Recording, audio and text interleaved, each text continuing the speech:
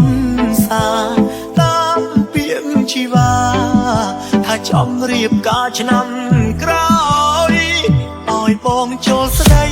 ពីម្ដាយអូនក៏ព្រមទុកអើយមិនយកថ្លៃឡើយដឹងហើយកូនស្រឡាញ់គ្នាជួលដល់ផ្ទះម្ដាយអូនកាត់ថ្លៃគាត់ថាកូនស្រីខុសអីសូមគុំប្រកាន់គាត់ជា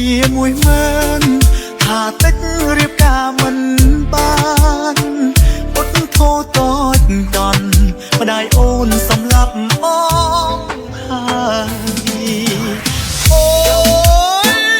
យខ្មាស់អរគុកម៉ែ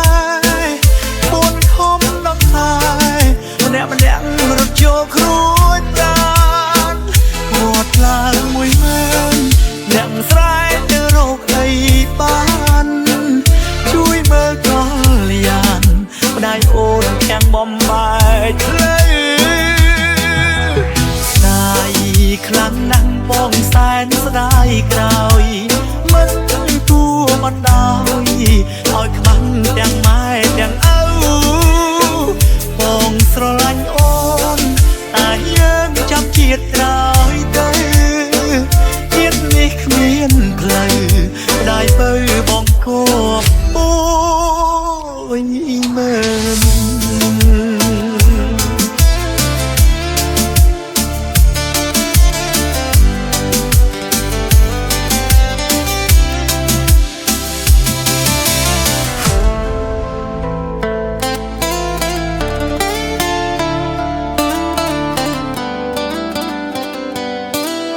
This is